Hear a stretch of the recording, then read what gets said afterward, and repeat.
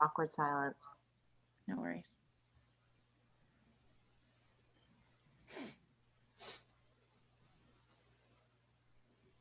You're good. Thank you, Diane. Okay, so I did send everybody the link to today's agenda so that we could have it, so that you would have it open as a Google Doc if you wanted it. Do I have somebody who can take notes? I can be your note taker if you want. Thank you very much, Diane. And I'm actually going to ask Leanne at various points. It's probably easy to do a screen share so that we can all look at the, you know, the protocols, for example. And since I'm on my Chromebook, would you mind doing a share screen for me when it comes up? Sure, I can absolutely do that. Awesome. Okay, so on the school website, on the school website, when you go to Board of Education, the landing page for the Board of Ed is our board operating protocols. And I thought it would be a good idea since, you know, we workshopped these at a retreat 2 years ago, but we've had some turnover on the board. Obviously, we have new admins now. And so I thought it'd be a good idea for us to just go back and revisit all of these, make sure they still reflect our values, make sure that everyone is aware, just so that we're all following the same protocols. So Leanne, do you mind doing a share screen so we can all just kind of go through? Absolutely. And I figured the easiest thing to do is, it's not super exciting, but is to kind of just either on your own computer or on Leanne's share screen, read through. So spend, you know, a few minutes going through if you haven't already, and then we'll just go through one by one really quickly and just either, yes, we think this is still important and we want to keep it, or we would like to modify it, or no, you know, maybe we should discuss taking this one down. April, did you guys create these from scratch in 2019? They were there were a set of operating protocols and other people who might, you know, who helped develop these. I mean, there was definitely something here, and I don't remember, Kristen, how many of these were like brand new and how many of these we edited. We did spend a couple of hours at the time really going through and wordsmithing. You know, I actually went back and I went back and looked at the document from when we had done that, and we edited every single one. Because of in order to keep them flowing in the same way, the others it was very different, the feeling and the tenor of how they came across. And these really were much more personal and reflected the spirit of the board. Thank you. Yep, I think that's a really great way to put it. It was really the tone and at the time as a board, it was all about like, the superintendent is the CEO. And then a lot of the language was centered around operating the schools like a business. And at the time, the board just didn't feel like that was language that represented us at all. So.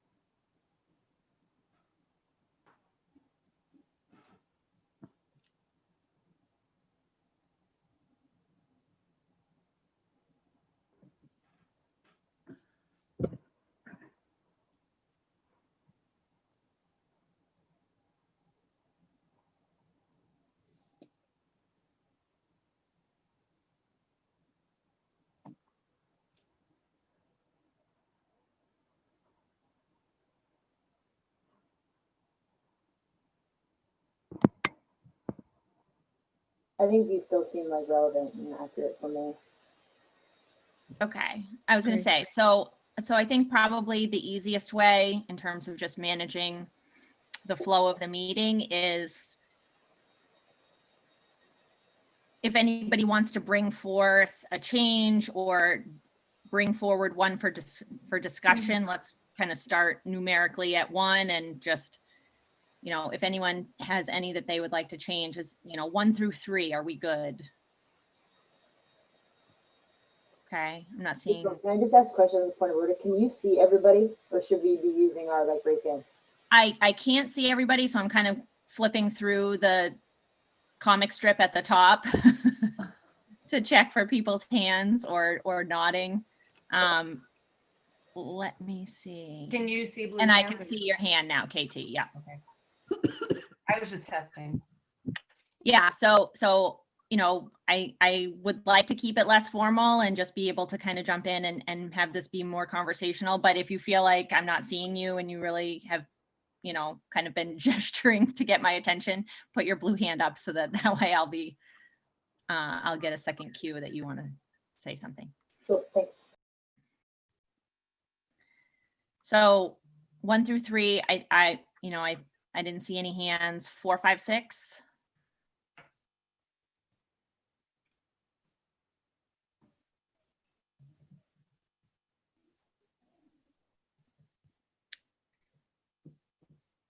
Okay. Does anybody have anything they want to say about any of them? 7, 8, 9. I mean, I'm going through in chunks of 3. Does anybody have any questions or concerns that they want to bring up?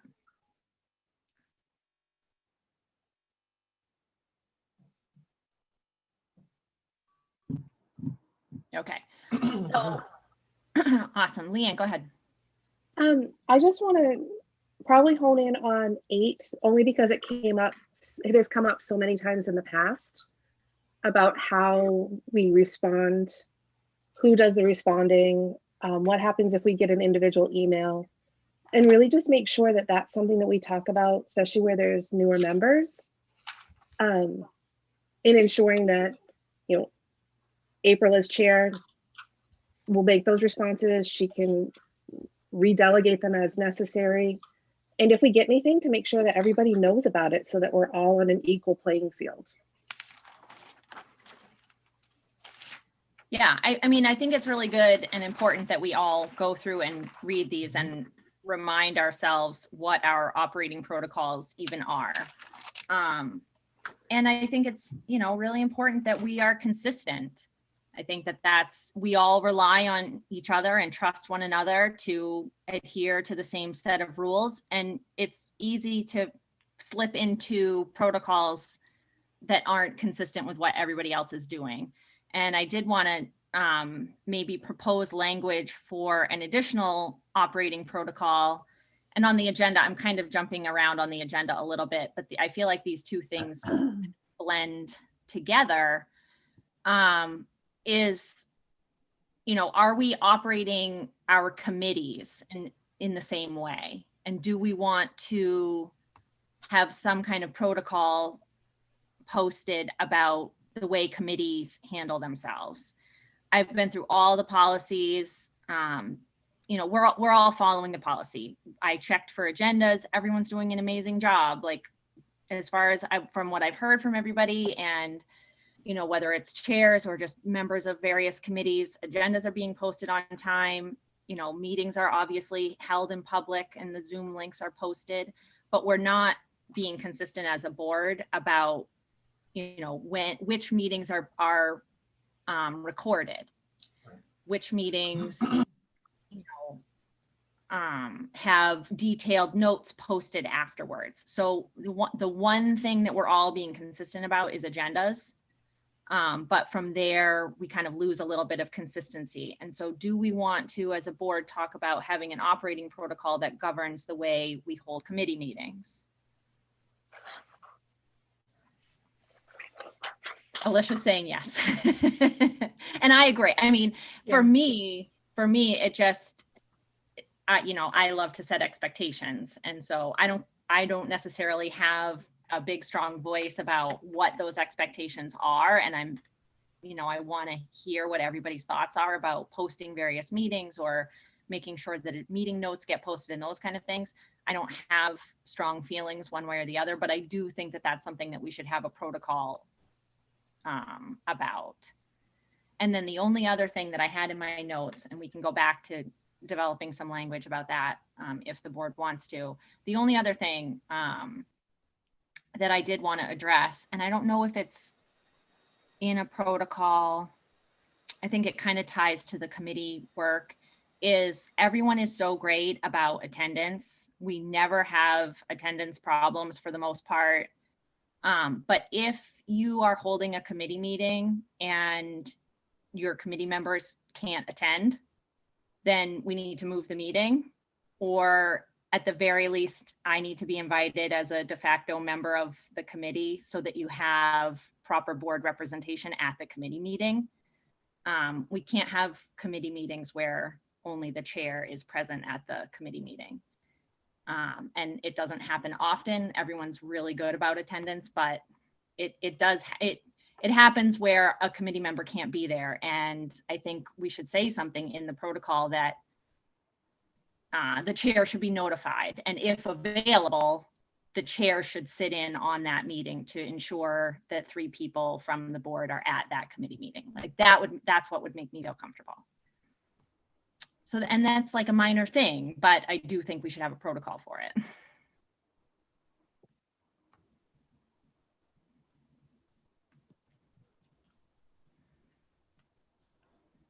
Thoughts? April, can I just say, so I was reading a little bit yesterday about the committee meetings and quorum, and you actually, as an ex officio member, don't count towards the quorum of a meeting. Right. So I don't even know that you being there satisfies the proper number of people to hold a committee meeting. So I would assume with 3 committee members, you only need 2 to be there and not 1, but you can't count towards that too. Okay. I could very well be wrong, but in the reading I was No, doing I think yesterday- that's definitely something. I mean, that's a valid point. You're absolutely right. Ex officio member.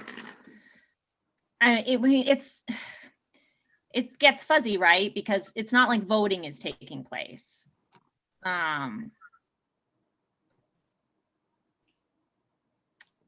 So is it important to the board that there be 3 board members at a meeting, or is 2 okay? Personally, I think 2 is okay.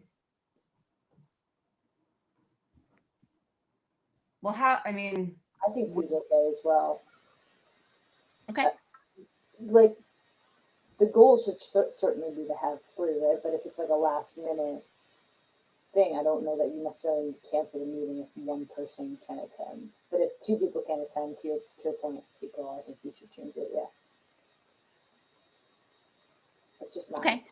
Is I agree. everybody, I mean, that's fine. Like I said, I don't have a set mindset about it. But is everyone okay if we develop some language and put that in as one of our board operating protocols? That committees will strive to have an attendance of all 3 members. However, 2 is an acceptable number to carry forward with a meeting. I think I would like to see the language a little bit stronger about the expectation of it being 3. I always look at things from the worst case scenario to try to think of what could happen if it blows up. And if you had like a real sort of political difference or something, like if somebody if people were on the opposite ends of the spectrum, and for finance, for example, and the finance chair didn't want to have that different representation, you could envision a scheduling of a meeting where you could intentionally oust a person of a different mindset. And so I agree that we don't need 3, but I would like the language to sort of be a little bit stronger in terms of the representation that so that doesn't occur. That's a great point, Alicia. And that's that's the policy mindset that we always try and take is, we want to make sure that we have our bases covered. And, right now we are in a great place. We have a very amicable board, we all respect and trust one another. But yeah, that without a protocol in place, a board chair has exactly what Alicia just says, like maybe a little too much leeway to schedule meetings in a way that isn't fair. And I want to protect us from that.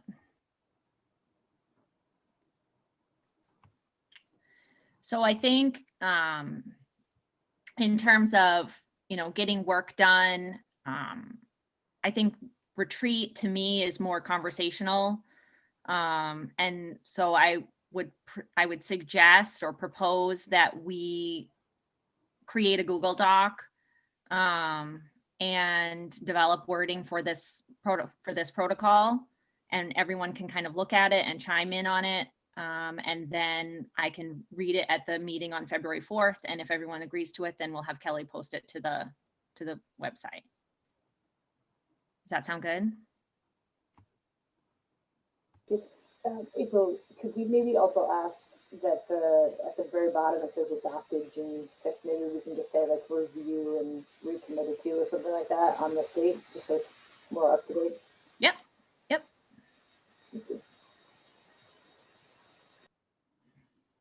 Okay, so then to go back to my previous question, do we want to have a protocol?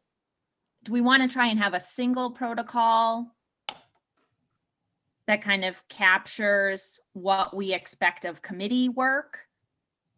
Or do we want to have that protocol and then something separate about committee expectations in terms of whether or not, I think we need to agree on whether or not the meetings get streamed. I think we need to agree on whether or not there's an expectation that meeting notes get posted. We already agree that agendas will be posted, and like I said, that's being carried out by everybody, but there's inconsistency in some of the other committees.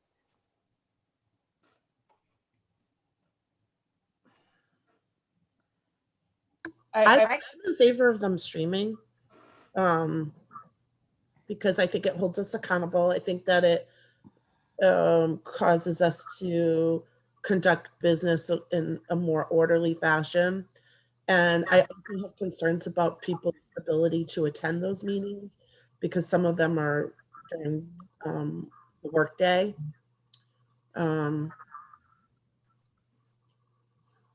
So, I mean, for me personally, operating a committee, it would be easier to not have it be taped. But I mean, I think that that's sort of one of our operating procedure protocols in of itself is the transparency and the public's participation, and therefore I think that should occur.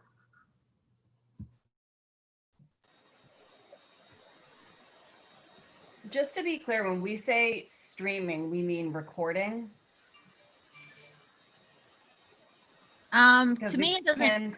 Not record.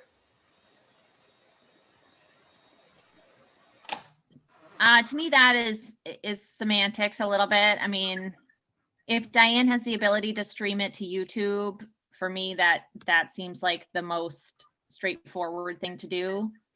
Yeah, what I'll say about that is it's actually easier to live stream than it is to record and then have somebody upload it later, right? Because by live streaming it on YouTube, it is there, and then it keeps a permanent record on our YouTube channel of that automatically. Okay. Go ahead, Shannon. I think it's great for transparency purposes. My only worry is specifically the negotiations committee. Yeah, that one. I don't think we could, like, that would have an exception. Is that correct? I just want to be clear that would not be, okay. Yeah, so much of what we discuss in negotiations almost mimics an executive session. Mm-hmm. So really, that really can't be live because of the nature of the conversations and bargaining strategies and all of that. So right. Negotiations is its own animal. Perfect. Yeah, and that is covered by our board policy, not just protocol, but policy, that anything that is subject to a Freedom of Information Act, or protected rather, is not subject to public meeting. So those meetings would definitely not fall into that. Not fall into there. Perfect. So is the expectation that when we switch back to in-person meetings, we will still continue to record them? It's a good question. Sarah, then Alicia. I was just going to say, back to your sort of initial framing of this, April, I think we have a committee policy, and I think Leanne just like opened it so we can refer to it if we want to. In my opinion, like all these changes should be captured in that policy so that we adhere to them more strictly. And I also agree with what people are saying that things should continue to be recorded. I would actually prefer us not to require meeting minutes if things are being recorded. I think sometimes capturing meeting minutes, while useful, takes away from a little bit of the free-flowing discussion and has like one member just focusing on making sure they capture everything and not necessarily being an active and engaged member of the meeting. And I think, you know, the whole point of that is making sure we have record of it, and if it's being recorded, we're kind of capturing, we're checking off that box. I think that's a great point too. Alicia? Okay, I'm gonna amend what my response now because based on what Sarah said, and I guess what I'd like to see is just once we reach a consensus, sort of develop like a protocol. This is who's going to do what. Like Kelly's going to do this. I would like to see, no matter what we do, I would like to see them linked on the committee page, so that I don't want people going to search for a YouTube channel in order to find a finance committee meeting, for example. I think it should be linked right on the committee page for ease of use. So I'd like to see us develop like, this is who's going to do what, so that we know that in advance. In terms of the minutes, I agree with Sarah about the difficulty, especially with Zoom, to participate. And but I think that it's a really useful tool in the future to go back,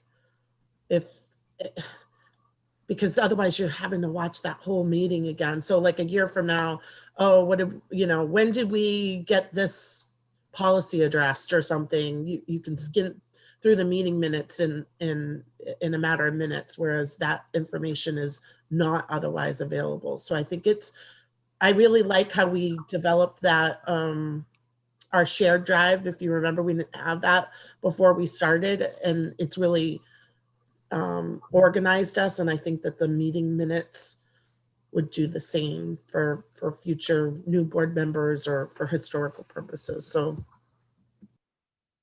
Leanne? I'll take ownership on not being good about posting the minutes, but I've been keeping them in the running agenda. So for me, it's going to be a matter of making sure to remember that piece. I think maybe to bridge the in-between of what Sarah has said and what Alicia has said, I don't think we should be having to take the detailed minutes. I think we can do those high level of the running agenda of what were the highlights that we talked about, and then allow somebody to go back to that video to hear the details if it's something that was interesting to them or something they wanted to get caught up on.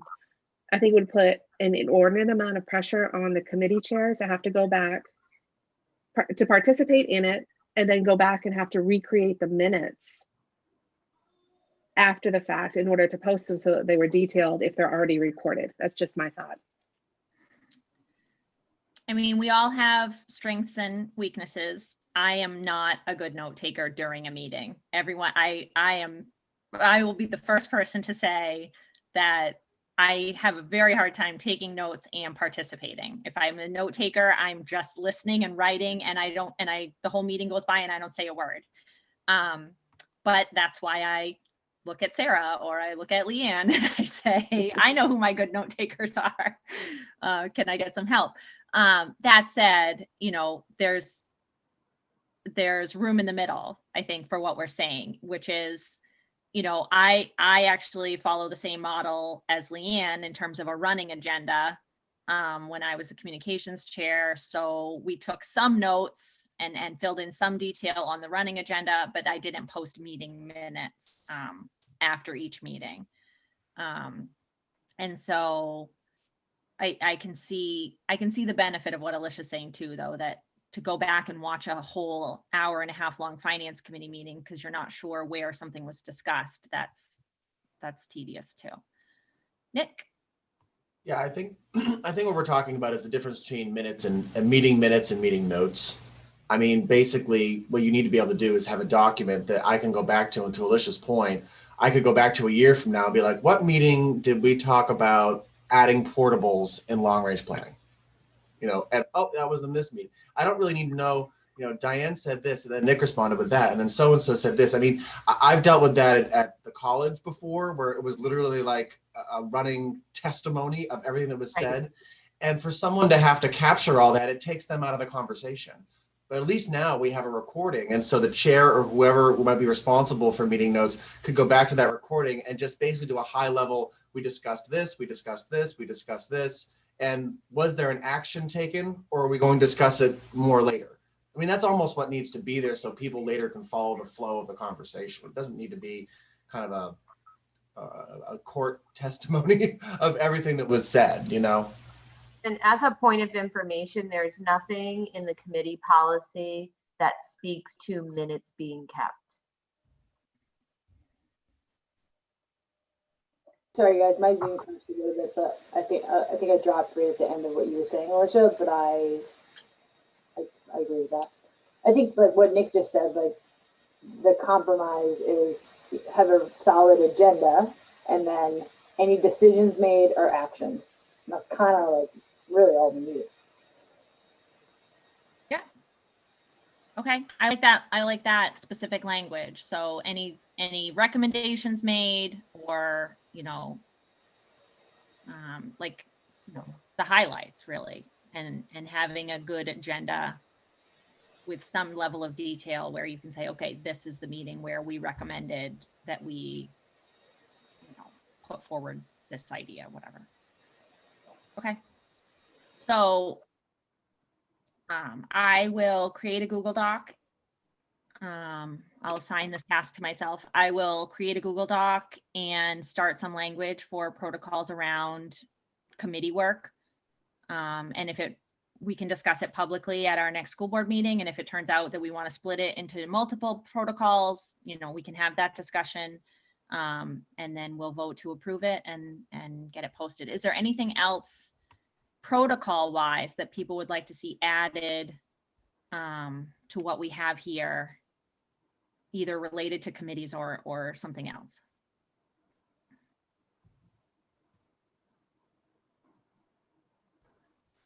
No? Okay. Awesome.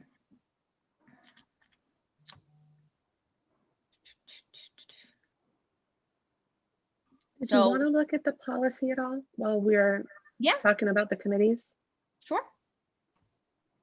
I didn't find the policy to be super helpful because I feel, and that's, you know, that a lot of our policies are these kind of big umbrellas, which is why we have protocols underneath. And so to me, I read through the policy and kind of said, okay, we check this box, we check this box, we check this box. But for us, like I said, you know, at the beginning, I just, in order to get that consistency, that's where protocols come in. But absolutely, I mean, we should all be familiarizing ourselves with our policies, especially the ones that pertain to how we conduct business. So never a bad idea. Oh, and speaking of, I did have that. I didn't put this on the agenda. We're a couple minutes ahead of where I thought we were going to be. Our student rep policy, we are not following to a T. The student reps, one of the inconsistencies is that the elections are actually supposed to happen in June. So that they coincide with the June like referendum, I think. And then the new members would start in the summer. And then, so our student rep would already be in place at, you know, at the start of September, rather than having that few weeks where we only have one student rep. The wording of the student rep policy is confusing because to me, it makes it sound like at some point during the year, we're supposed to have 3 student reps. Leanne, I read it that way. I know I shared with you that I had read it that way. And so this is something that, like, you know, we have a policy parking lot. and some things that we are working on tightening up. Alicia had just said the other night at a policy meeting, you know, sometimes we have 10 minutes at the end of a meeting and we have that time to kind of peek in on quick fixes. And so I definitely think that looking at this at a policy level, just to make sure that we are all on the same page with our student rep. Student reps are also supposed to be on a committee, which I did not appoint our student reps to a committee. That to me feels like a big obligation to spring on you guys in February of the school year.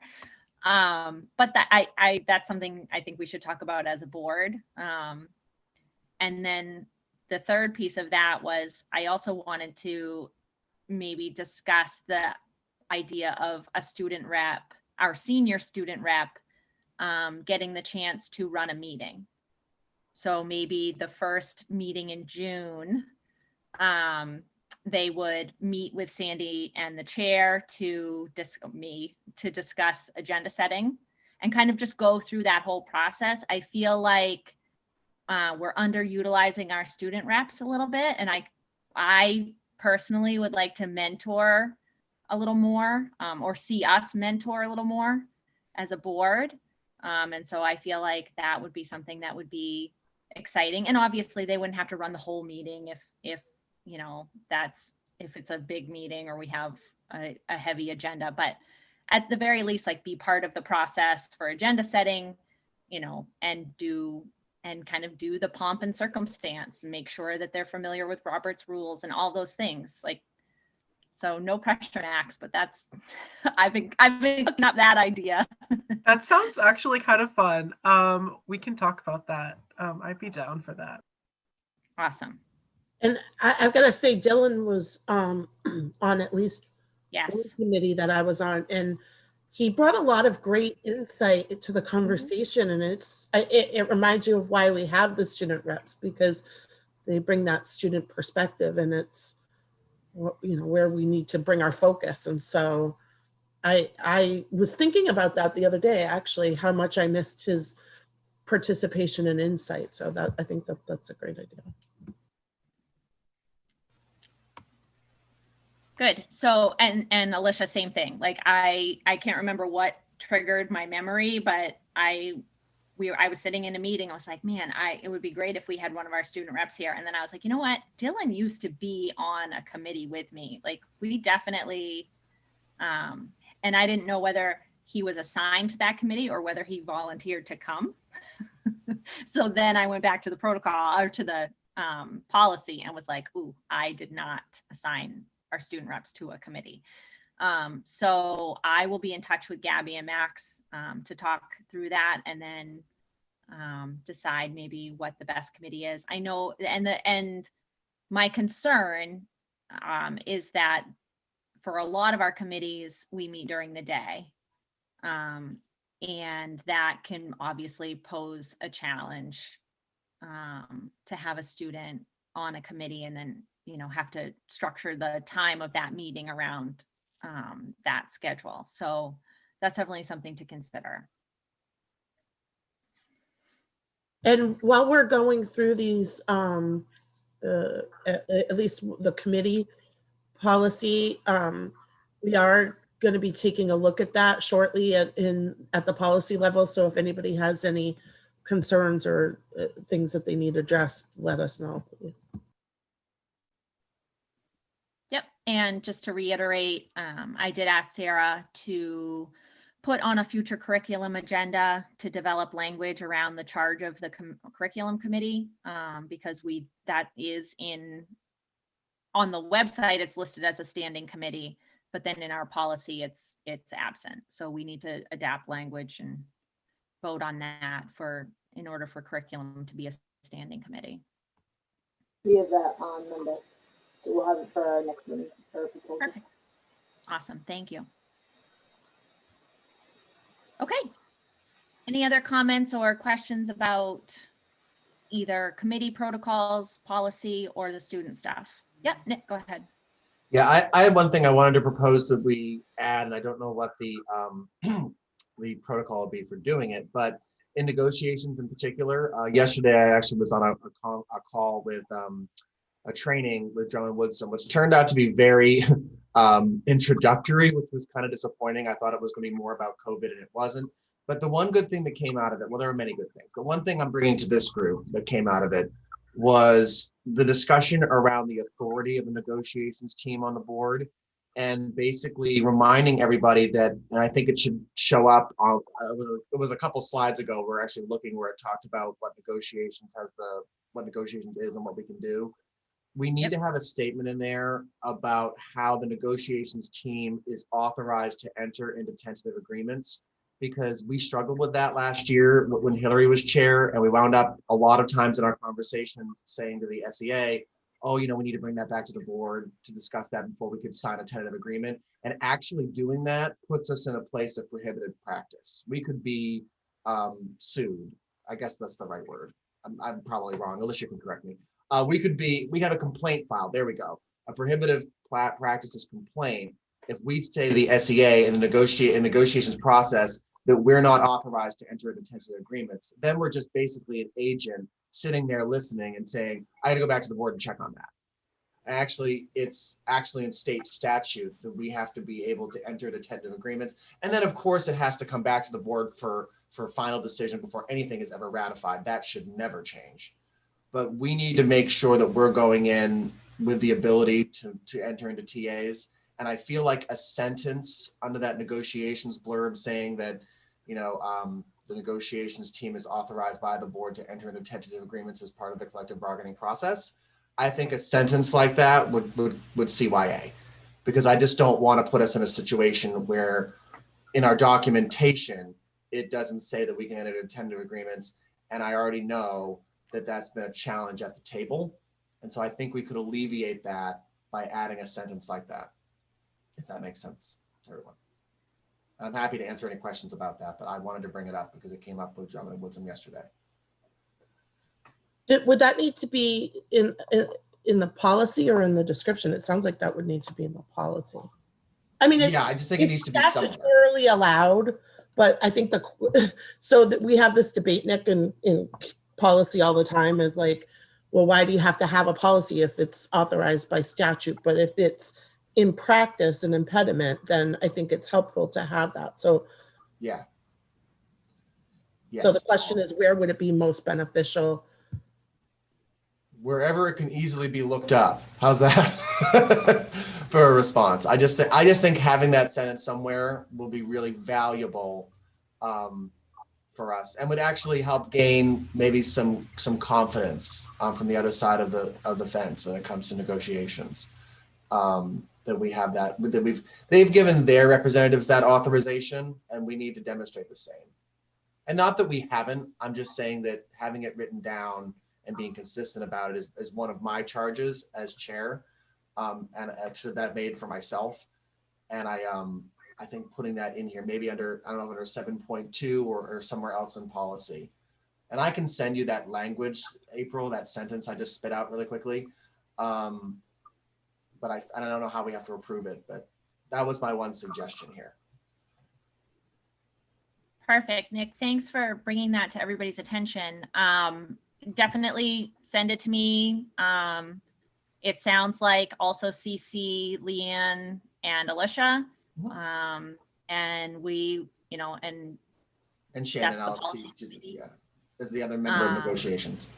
Yeah, since there's overlap there, let's do negotiations and policy and keep everybody in the loop.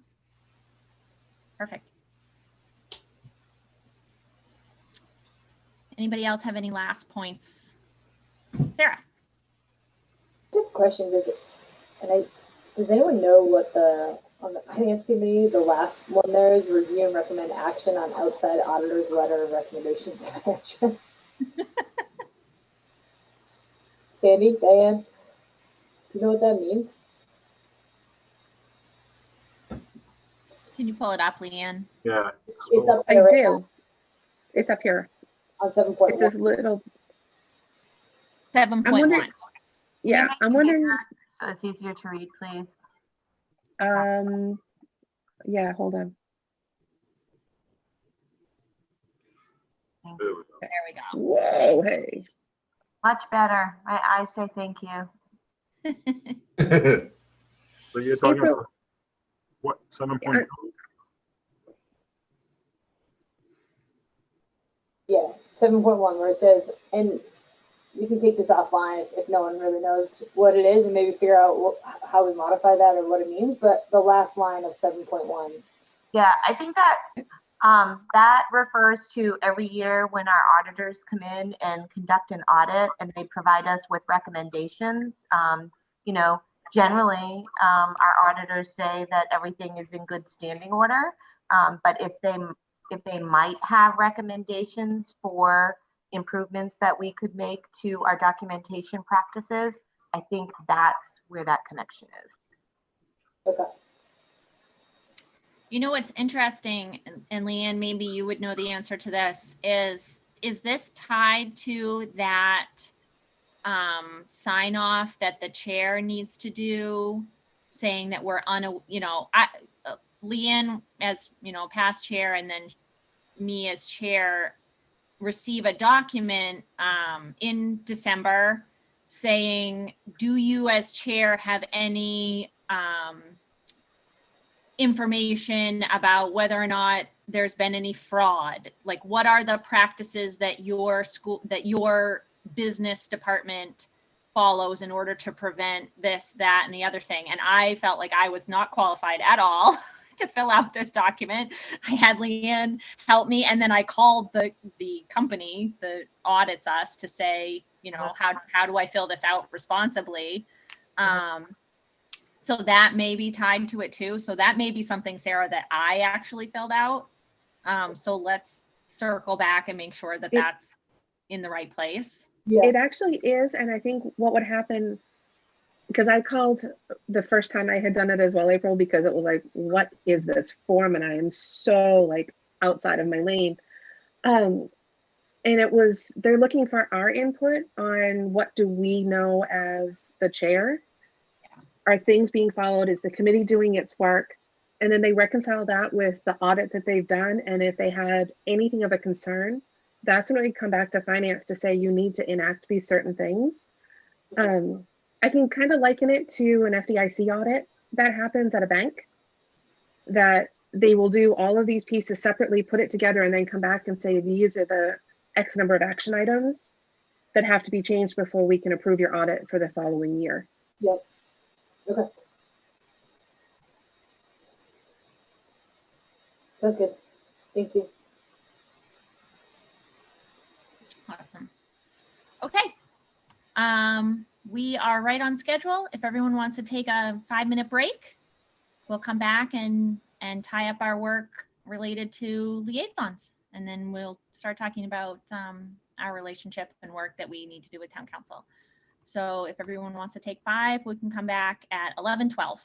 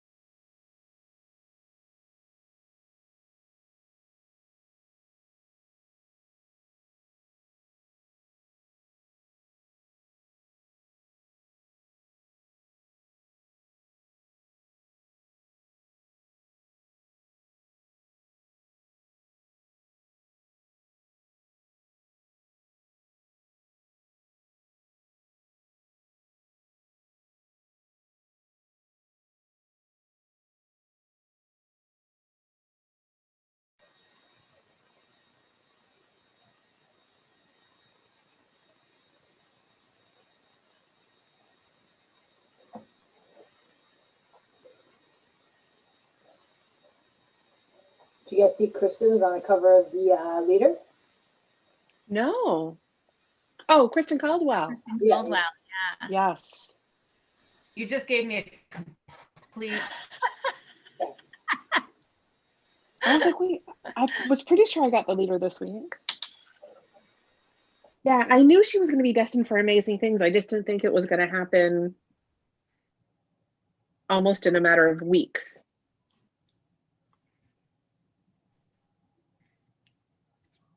She's impressive. Big time cover of the Scarborough Leader. She's gotten too big for us.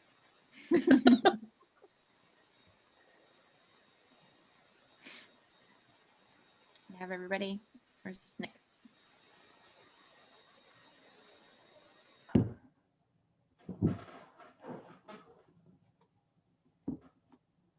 So the other piece of housekeeping that we all agreed needed to be discussed is our lengthy list of liaison roles. Our policy only lists 3 liaison roles, and it's that same policy BDE that we were talking about when it comes to standing committees. And so again, this is something that the policy committee can just look at and refresh, but I think it's I don't know what the words are. I selected someone to fill each one of those liaison roles because they were listed on our website. But I think we all know that some of those committees are no longer meeting. Some of those committees have morphed into something else. And so it's kind of silly to have all of these liaison roles being assigned year after year to outdated information. Obviously, we still need a legislative liaison. The vocational liaison, that has been mine for the past few years. They meet once a month. I think it's great to have school board voice at those meetings. And so that I would advocate for maintaining that liaison role for sure. Teacher evaluation, again, that's a committee that only meets, I don't know the frequency. Diane, do you know? We have to have a steering committee meeting once a year. Okay.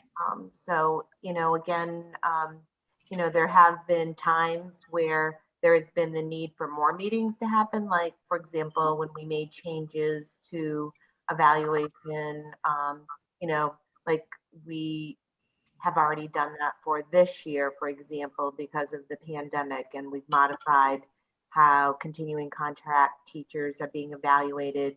And we had our steering committee, which by statute is made up of more teaching staff than administrators, to make sure that they have,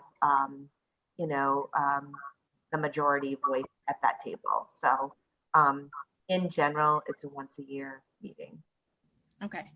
So to me, for me, and you all weigh in, as long as the committee is still meeting and we had established a liaison to that committee, I don't see any real reason to not have a school board member attend as the liaison. And so maybe the easiest thing to do is if each person identifies the liaison role that they have, and we can kind of decide whether or not that committee is still meeting. Kristen, I see your hand. Yeah, I haven't, when I think about that teacher evaluation one, I feel the same way about a couple other ones. Don't they naturally fall under some of our committees? And couldn't we just, if it's once a year, say, hey, someone from negotiations is going to go to that meeting? Does it have to be a separate liaison role? It's a fair point. The CNA is another one that sort of comes to mind. It seems logical to me that someone from curriculum would attend those meetings. I think the question that could come up, again, I think this is such a collaborative working group, but if you think about a different time where you might have 3 members on a committee that see differently, it might be difficult for that group to decide who has the voice as the liaison at that other meeting. Just a a wonder. Yep.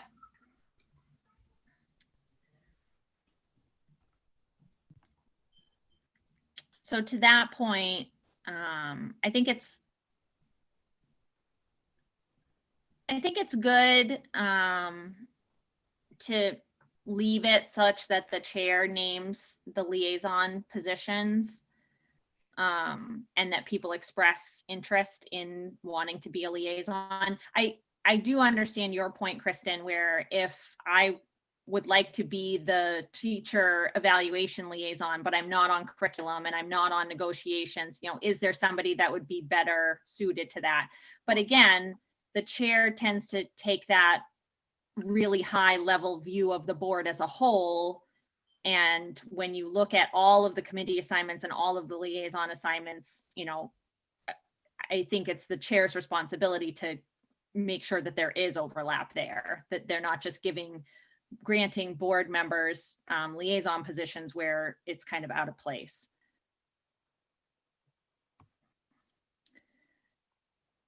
Is anyone, I don't know, Leanne, do you have the list?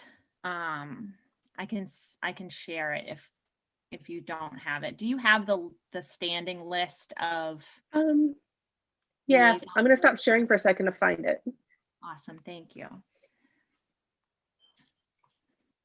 I know when you had assigned the new committees, April, right? Like before that board meeting, we were getting that slide deck ready and I was like, not meeting. This isn't an active committee, right? So, Right. As you started the conversation with, some things meet in fits and spurts depending on what is the work that needs to be done. Right. Right. And so the purpose of this conversation is to make sure, housekeeping wise, that we aren't assigning liaisons year after year to committees that don't exist. Right. And I, again, we have a really collaborative group. I feel like we have representation on most committees that or if not all committees that we have requested that administration have allowed the school board to have a voice. And so we do have a lot of liaisons, and some of the meetings only do meet once a year, which is totally fine, but let's review the list. I think that's a good place to start. Okay. So legislative vocational teacher, awesome. Town council, and again, like, we can bring this back to policy if we all feel like these need to be put into that policy. I think it's inconsistent that only those first three are listed as liaison roles in the policy. So for me, it's like either every liaison role needs to be on there, or we need to eliminate the liaisons from the policy altogether. Town council, I would certainly advocate that we have a designated board member who is the liaison to the town council. I think that was a good add. Anybody else?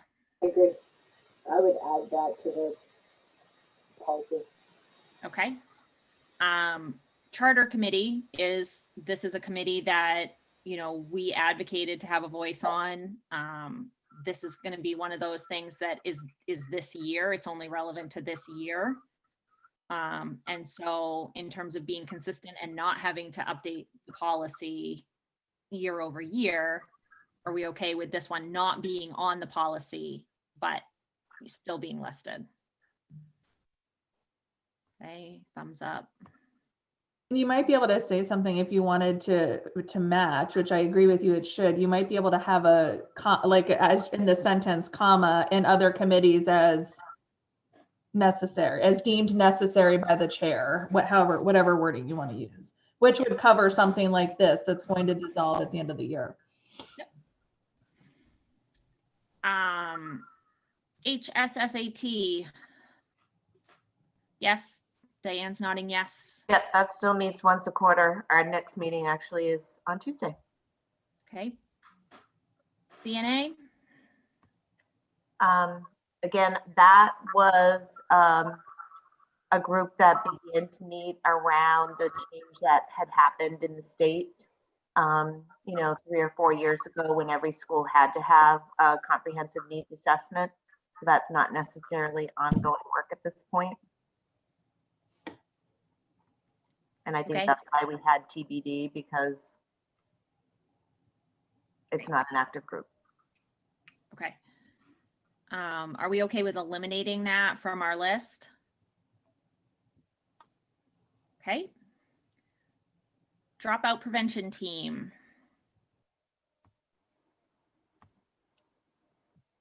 So that is a group that had done some work. We haven't met yet this year, but certainly it is something that we should be adding to our plate. Okay, so we'll leave that liaison role. Next one. Thank you, Leanne. District communications. I believe that committee is inactive, if not dissolved. Right. Yeah, that was a committee that had been started by our previous superintendent when we were looking at how to utilize social media and incorporate other means of communications. I think that we have definitely cranked up what we're doing at this time. Leanne, do you feel like as communications chair, we have enough overlap with district communication and board communication to get rid of that liaison role? Absolutely, we do. Okay. Anyone else have an opinion? Okay, let's nix it. Community business partnership. Is that still meeting at all with Sedco? It hasn't. I think this No. kind of falls under Okay. the responsibility of the town council liaison too. I know there was one meeting last year, right? They had tried to kick it off again. I don't know if it was during my time as assistant or when I was still building principal. I know that there had been one meeting in 1920 where, again, there was an attempt to kind of reinvigorate it. And then, we've been in this situation for nearly 10 months now, so.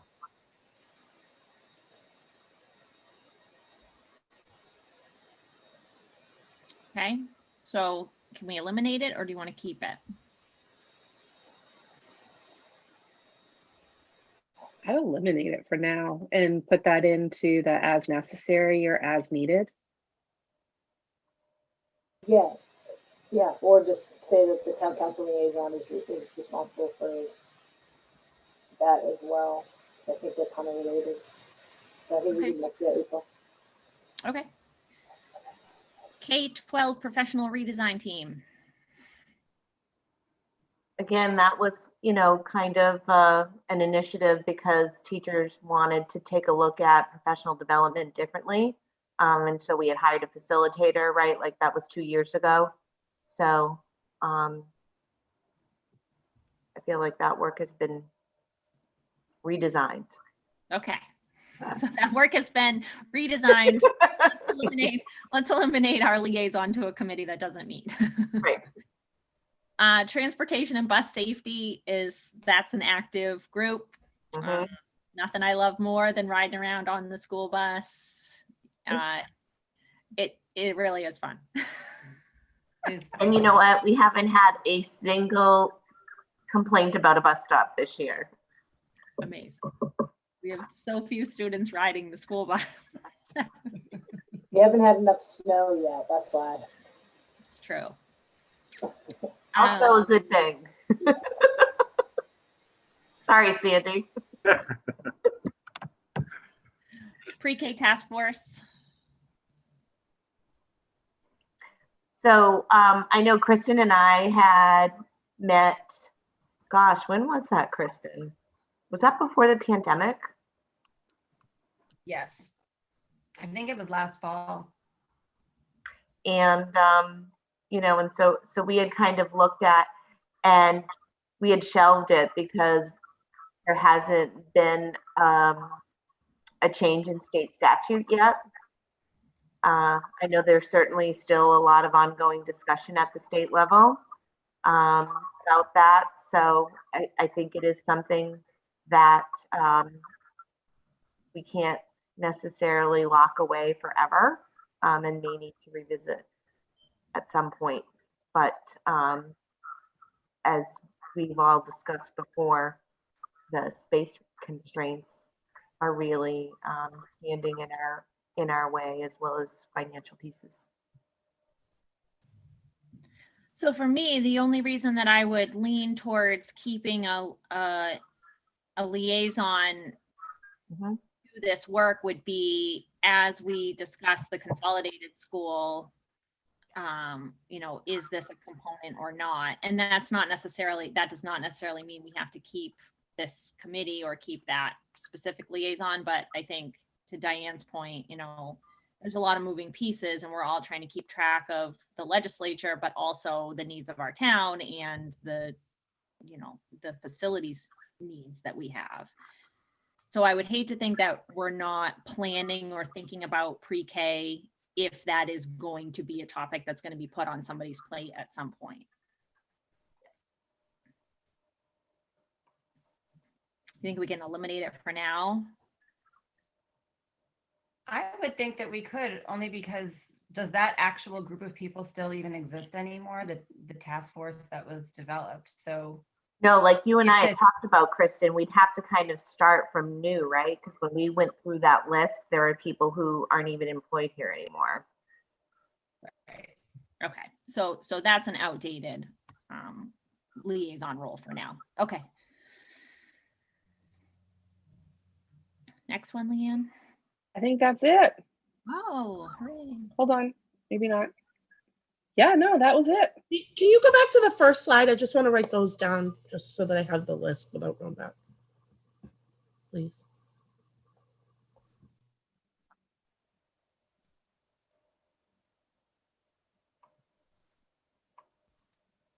And then a question I would have would be like, so for example, if we consider the new DEI steering committee, the 2 board members that are doing that, would they be considered liaisons, or like how does that like fit into the design and committee membership? So that's a great point, and I've been trying to look for our past precedent, you know, to kind of guide the decision making as we form that committee. And in terms of what we did with the building steering committee, we made the building steering committee into a standing committee. Even though there are there are 2 board members on that committee, we don't necessarily refer to them as liaisons because we deemed that a standing committee. Yeah. And so for me, that's the precedent in terms of like even how we discuss the makeup of the DEI committee. So Yep. to me, I would rather see the DEI committee have formal language around its charge and then be added as a board standing committee. But obviously that, you know, I would love to hear what other people think about that too. I would agree that it should be a standing committee, especially if we know going in that it's a multi-year project and it's not really going to go away. I think that you have it there, and at some point, if it absorbs somewhere else, great. But I would recommend that it's a full-blown committee. Just my opinion. Anybody else want to chime in?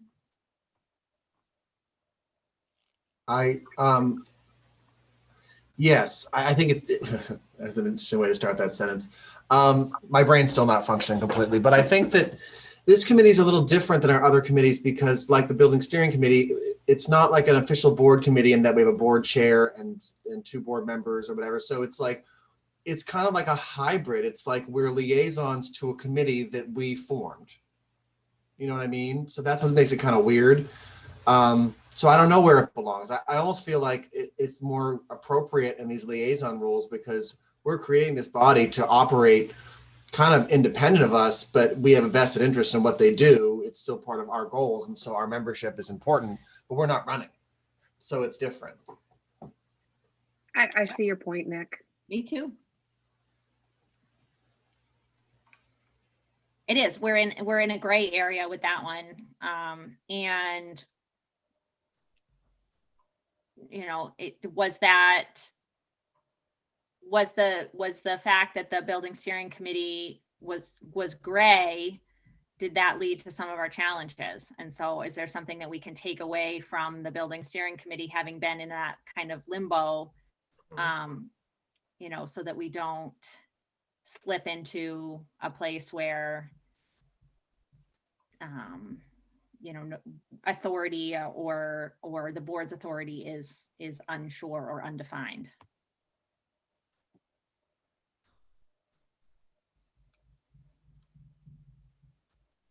There's a piece of it that actually makes me think back to our conversation the other night when we were talking about whether or not a board member should chair it or not. And it kind of makes me rethink that a little bit and I'm not saying I'm advocating for a board member to chair that committee necessarily, but I'm feeling like This on was one the breath, we want to ensure that the group is productive and that it heads in a productive direction. But we don't want to be seen as kind of basically predetermining the destination of the group. So it's this weird balance. And now I'm thinking about what you said, Shannon, the other night about you know, your concerns about the leadership of the group or whatever. And now I'm rethinking that, wondering, should we have a board person as the chair of that group? Would that help it stay, would that help it kind of move toward a productive area? Is that something, I don't know. I'm thinking out loud as I'm talking, so it's not very eloquent, but I'm just rethinking that decision a little bit. Yeah. And that's interesting. And I certainly don't want to monopolize the conversation just because I'm not on mute. So by all means, everybody jump in, but I actually go the other way, Nick. And I actually think, okay, we need to call it what it is, which is a committee that we sit on as liaisons. And then as liaisons, you have a responsibility to the board to be communicating the work of that committee back to the board, but you're not directing the work of that committee. The professionals and the people, the facilitators and the people that we're bringing in are, you know, the community members who have experience. Those are the people that drive that committee. And to me, I feel more comfortable saying, okay, we are appointing liaisons to this committee, and that comes with the typical roles and responsibility of being a liaison. I think that makes sense. I think that it's just a matter of defining our role, right, and being comfortable in how we define it. So I can see that. That's good. I agree with that position as well. Anybody else chime in?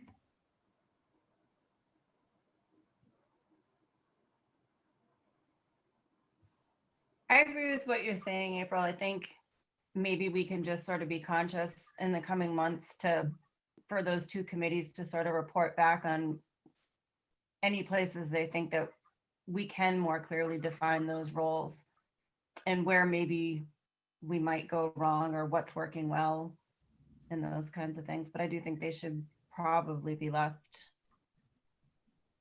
I don't think they should be a standing committee. Like Nick said, they don't have a chair. They don't have a full team.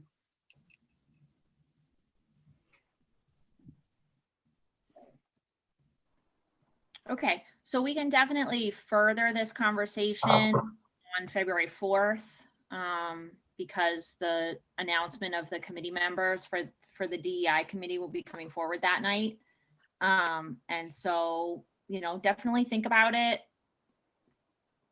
You know, I'll get yourself to a place if you can, ask questions in the meantime, in terms of being able to have this discussion on the 4th and hopefully as a group being able to make a motion that we are and really tighten up and define what that committee's is and what the board's role on that committee is going to be. So this gives us some time to think about it between now and then before we take formal action on it. Sound good? Okay. All right, last but not least on the agenda is our working relationship with town council, which is a big umbrella, but we have a lot of balls in the air. And this year in particular, I feel like we, in some arenas, have a lot of overlap with the work that they're doing. And, you know, in other ways, various board members and have expressed interest in pulling back on some of our relationships or redefining some of the ways that we work. And so I think, Sarah, if you want to kind of give everybody, I'm going to put you on the spot. If you want to give everybody kind of where we're at, I know you mentioned this at finance, where we're at in terms of you and John having had, Clucci having had conversations about finance and, you know, board goals and those kind of things. So let's start with the finance discussion, and then we'll go on to some of the other more topical relationships. So town council had their workshop or their retreat last weekend, or last week sometime. Anyways, they came up with some goals, and for those who haven't seen it or heard or read, it was in the leader as well. You know, one of their goals for this year is like no major capital projects. So that would exclude like any like a school or library, but that doesn't exclude like things like the turf, which I know is on our list of topics. So it's like major projects. And then another one of their goals that they agreed to as it relates to the budget is maintaining 3%. I think it was actually the exact language was under 3% mill rate. So that'll continue to be a goal. John had the action to come up with some very specific finance committee goals, which they're going to review at their finance committee this coming week. And when we spoke, he hadn't fully formulated his thoughts on that, but the approach that he seems willing to take, which as a finance committee, we're also supportive of, is really using first reading as first reading, which is what it was intended for, and not having the expectation that first reading should be where we hit that goal. So at first reading, we come in with, you know, what the district, what our leadership, you know, thinks we need to manage the next year.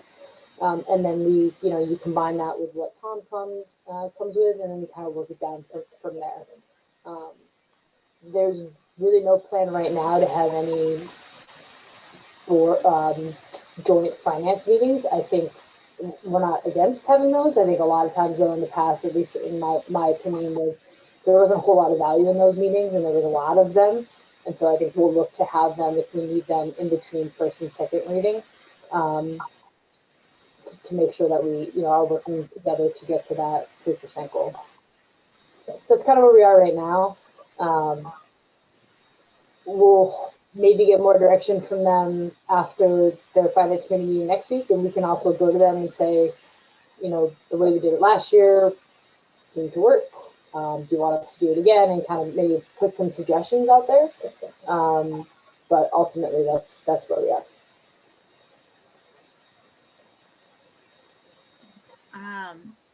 So one of the great things I have seen come out of this group of people, and combined with the town council, is a renewed relationship with the liaison for the town council. John and Sarah have been communicating. They set up a kind of standing, I'm not trying to make it sound so formal. Like they've been good. They've been good about giving each other updates. You know, if something comes up that's related to the board that John Anderson thinks is even tangentially related to us, he's been really good about touching base with Sarah and saying, hey, this came up at our town council meeting. You know, I think this is something that the board should, you know, at least have their eyes on or whatever. Which is great, because I think a lot of us are committed to watching town council meetings. Like we don't have enough fun in our lives, but it shouldn't be an expectation that we all watch every town council meeting. And so, you know, I think it's great and such an important piece for us to have a liaison on the town council that is helping Sarah and vice versa. And so that relationship, I think, has been great so far this year. In terms of, you know, I have sat on the finance committee when we've had joint meetings. I agree with Sarah, sometimes joint goals sound great, and then we get to first reading, and let's be honest, the expectations are not always clearly communicated. And so the finance committees might be in alignment, and then we bring forward information, and lo and behold, the town council or the school board wasn't on board with the goal as a overall, and so then it leads to frustration.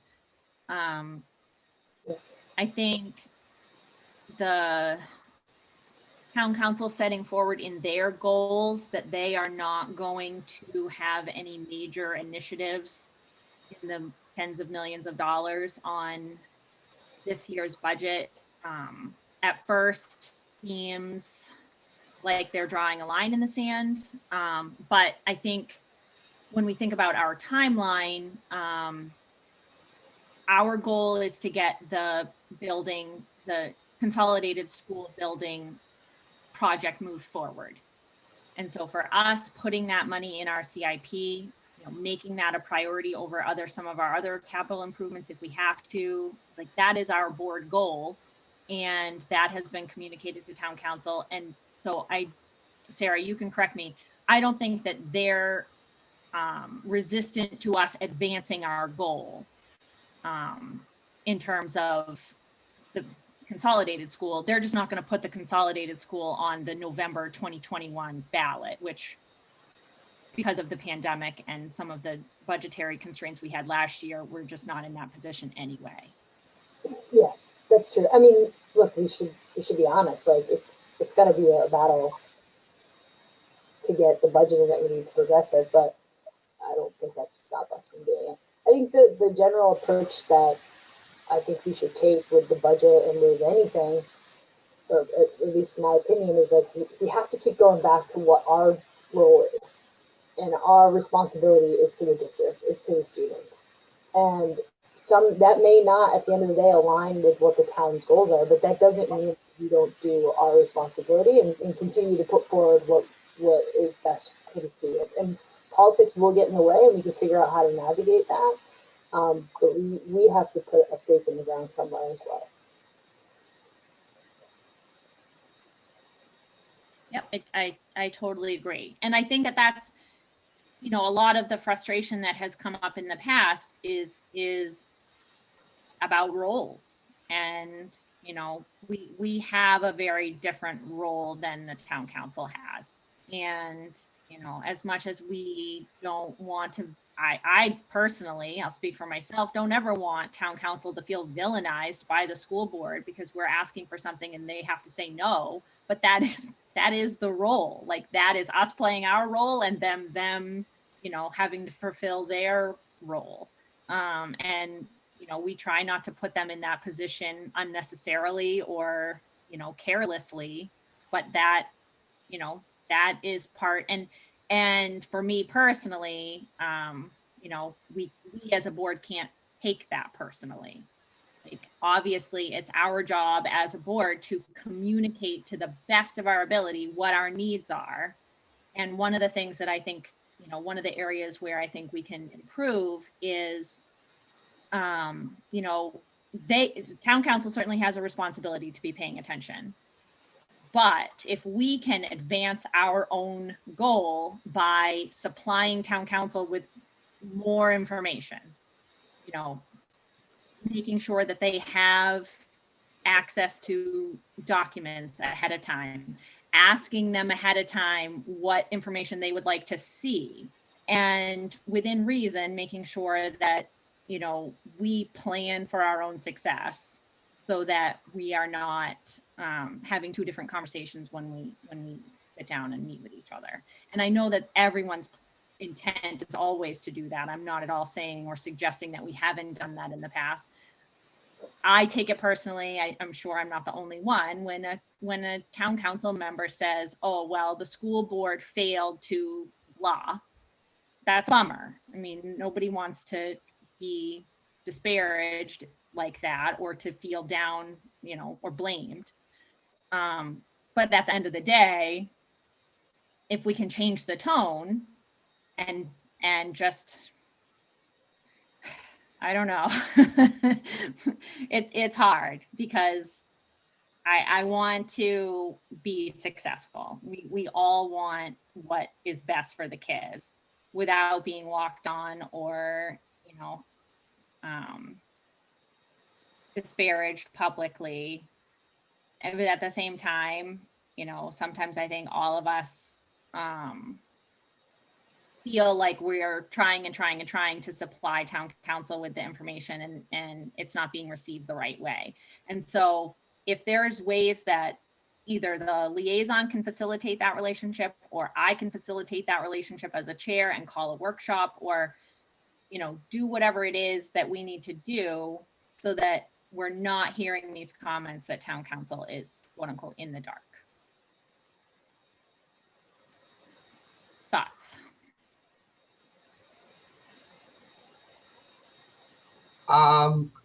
So I get the strong impression from town council leadership that they are invested in trying to debunk kind of the underlying conspiracy-based tone that has gone into so many of the decisions related to budget and many other things that have existed for years. And I think Avery make a really good point. You know, if we can come to the table kind of saying, you know, our role is to advocate for the schools. Here is what we've prioritized in the budget. Here is why, within reason. And then together, I'm hoping that if we can come that far, then they can come as far to be like, okay, so now I'm not going to go through this with my conspiracy glasses on, and I want to know why you're keeping this teacher, and I want to know why you hired 3 teachers over there. I don't think at the end of the day, the town council really wants to, the majority of the town council, let me say that, really wants to get into the discussion of rationalize that playground to me. That's our job to like go through and kind of go through our budget and say, here's the money we need and here are all the reasons why. I feel like if we can come to the table with a reasonable depth in that, then we can expect and hope that they will come to the table and not rake us over the coals like we're a defendant and they're a plaintiff, or vice versa. You know what I mean? I feel like we're on the precipice of maybe changing that tone a little bit. That's the impression I'm getting. I'll leave it there. I agree. I think part of that too is just acknowledging, like, as frustrating as it may be to me personally, this like 3% target. We've had it now for the last several years. We've always come in under 3%. We know we can run our schools with that target. So let's just accept that that is what it is, and we're not gonna, that's not a battle that I think I'm personally interested in fighting. I think that ship has sailed, and we know we can accomplish what we need to with that target for the most part. So let's just accept it, and we can debate other things. So one of the big projects that's getting tossed around on the town council side right now is the turf. I kind of want to hear from everybody and, you know, get consensus on how the school board would like to engage with that work. One thing that I'm concerned about is that the town manager has suggested that the turf be put in our CIP. And, you know, the capital improvements budget gets approved by town council. That's not part of what goes to referendum. And so for me, it's kind of, I don't know whether we're having a philosophical discussion or whether we're having like a logistical discussion. And so I would like to discuss that with the town council further, like why that would be in our CIP. We don't own the turf track. The town owns the turf track. You know, it seems to me if what the town council is requesting is that we hustle to get that approved or passed at referendum. If there is one thing that this school board knows how to do, it is hustle to referendum. And we have all the communication tools in line and in place. I am confident in our ability to communicate this need to the community. But when it comes to the actual like logistics of where that appears in the budget, I think that there's still some discussion to be had there, but I will be the first person, you know, to say publicly, just for me, speaking for me, I would be willing to take on the more of the heavy lifting to get that passed at referendum, because it is what's best for our kids and they do need that project. And I would hate to see it be lackluster because the town council isn't as, you know, invested in it as we are as a board. And so if it's a matter of semantics, like, well, the town council is interested and willing to put it in their CIP, with the understanding that the school board is going to really put in the legwork to make sure that we have informed voters and that you know, is successful at referendum. That to me seems like it's clear cut from my side, but of course we know that that's just the school board perspective, maybe. Nick. I completely agree. I think that first, it's in and around 1.5 million to do that work, right? Am I in ballpark? Something like that. That's, in my opinion, that's not, in the grand scheme of things, a major capital improvement project. I mean, if you think about the scale of what the school would be, for example, and what the town council is saying, you know, we don't want any major CIP projects this year. I don't think that they're necessary. I don't get the impression that turf necessarily falls into that group. Second, what feels slimy to me is kind of what you said. It's this idea of, we've been told several times that facility is not a school facility, it's a town facility, but then all of a sudden, when it might be a little sexier to put it in our CIP budget because we can use the plight of the students to get the town on board, that feels slimy to me. So I like what you just said, April, talk about keeping it in their CIP budget, but under the understanding that, yes, it is the schools that use the facility the most, and of course, this school board can use our talents to explain that and communicate that need to the town to help get their support. I think that's a good partnership and a good way to do that. I don't think moving it into our CIP budget, because it takes the pressure off their backs. That feels dirty to me, and I don't like that. I like the way you described it, April. And I guess, like, I would to in the spirit of, you know, being open-minded, I guess I would need to hear more from the town council or the town manager what the rationale would be to move it into our CIP. It's been said in passing without a lot of backstory or explanation for why that would be a change. And so for me, I'm not sure why that idea is being tossed around at this point. And so I makes them, you know, just like anything else, it makes us uncomfortable because we don't understand why all of a sudden there would be a change. Kate, just real quick, Kate said that they do have a meeting with the town on Tuesday. So hopefully they'll get some more information, but I think Kate's listening, so she can take our perspective into that meeting as well. Awesome. Thank you, Kate. And thank you for watching us on a Saturday morning, Kate. Okay. I did want to bring forward an idea to you all before we move on from the turf track. Town council has also tossed around the idea of soliciting donations. This is something that came up last year. It's something that has come up again in conversation this year. Again, I think we need to work out exactly where the funding, I mean, I would like to get that funding piece figured out in terms of whether it's going to be in their CIP or ours. But is the school board open to the idea that we would co-author or co-sign something with the town council soliciting donations for the turf track?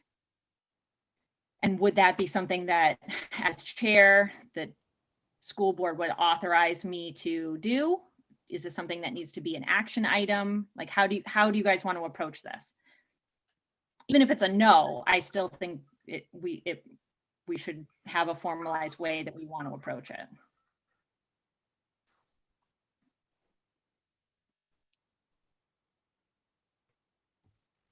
Katie. I think I would maybe, before we decide on something like that, I think I would like to more clearly define what this what our role in this is, down to the CIP budget, and if they want to, like, I just think we need to define what that is. Like, is this now a school thing? I think I have a little bit of concern that if this gets pushed on us in a way that we're not comfortable with, we're going to be living with this. It's not just this. Like, the next thing will be, oh, well, gosh, the schools just got their turf and track redone, and now they're asking for a new building. And I think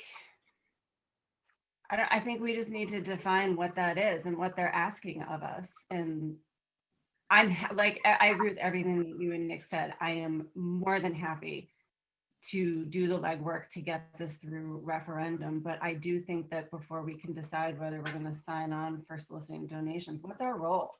What is the expectation when they say they want to put it in our CIP budget? I think we need those details first. Alicia? My opinion is that we should stay out of it, other than just trying to get it passed when it moves forward. It's a town-owned property. We don't have any role in any other town business. And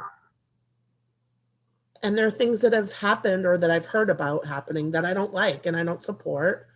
And if we don't have the control over it, then I don't think that we should be getting involved in it. And I am worried, like Kristen said, of it devolving into other things as well. I think that it, this is set up structurally the way it is. And I think that that's a slippery slope. And once we start getting involved in that, we could find ourselves being handed a lot of other things. And ultimately, it's not ours to control. So, if you want to change that structure somehow, and I don't know how you do that other than, whatever. I don't know how you do that. Then we would take the whole thing, right? But it's one or the other, and from my perspective. Yep, I think those are all fair. Good. None of us want unintended consequences, for sure. Leanne? Just to sort of piggyback from where Alicia's going, I'll be on the far side of this and say I'd be willing to take it on a CIP if we owned the field, because the 1.5 million is a 3-year-old estimate. The cost of the cost of services has gone up exponentially and is only going to continue to increase. And council has this belief that they cannot go back to referendum for something higher after the community has said no. So do we do a half-baked job? Do we only do a portion when we know the whole thing needs to be redone?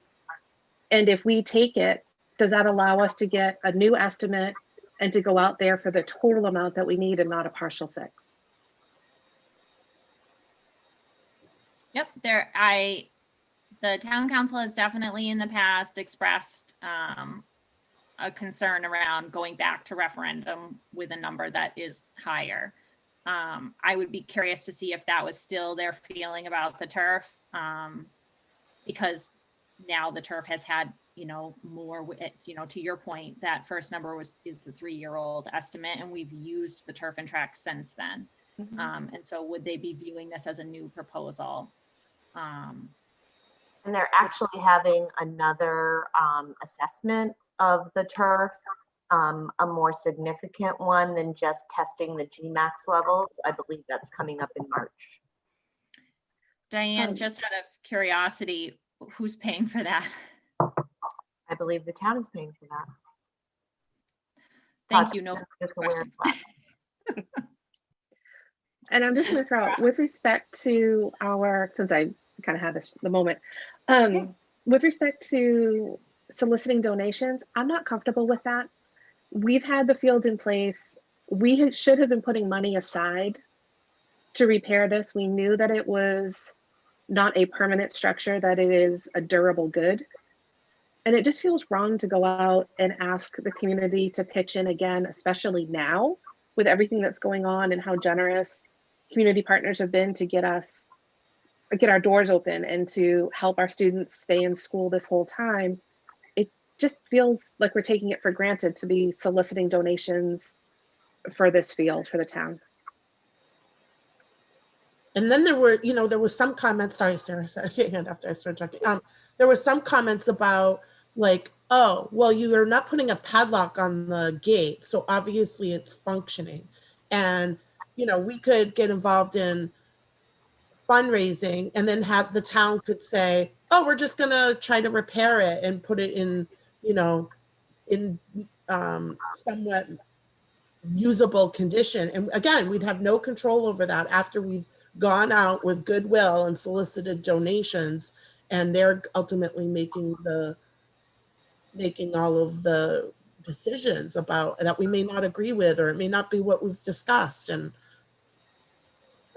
that's worrisome. Great. Sarah. I think it is in the best interest of our students for us to advocate for this field, whether it's in our budget or their budget. I think we should work collaboratively.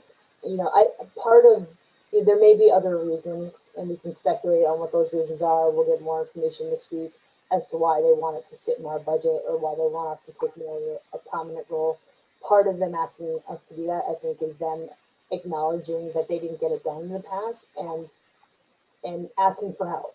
And we should want to work collaboratively with them because it's in our best interest and the best interest of our students for it to pass. So that's the overall tone and approach that I would take. Honestly, I don't have a strong opinion about the donation. I think if it's writing a letter soliciting donations and people want to donate, why wouldn't we take that? I don't see any harm in it, especially if someone, a company is willing to give a major donation. I think that would be great, and we should never turn that away. I do appreciate that these are like sensitive and challenging times, but I also think that there are companies that are looking for ways to support, and some in big ways, and we shouldn't close the door on that. And if getting more possible donations, if us signing our name on there means that we might get more interest, then I can only see that as a positive. Nick, then Shannon. I agree with Sarah. I feel like if